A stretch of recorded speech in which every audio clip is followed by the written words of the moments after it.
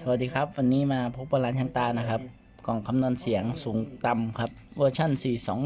421นี่ครับตามนี้เลย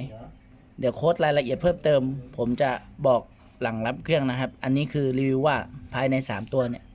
เปอร์เซ็นต์จะ70-80%แน่นอนครับภายในสูงในต่ำเดี๋ยวเป็นยังไงลองดูครับวิธีการเปิดเครื่องเหมือนทุกเดิมทุกคลิปครับกดสวิตช์ออนแล้วกดปุ่มสีขาว1 ครั้งเครื่องสั่น1 ทีคือพร้อมใช้งานเดี๋ยวว่าอย่างนี้จะสั่นรู้ไหมเนี่ย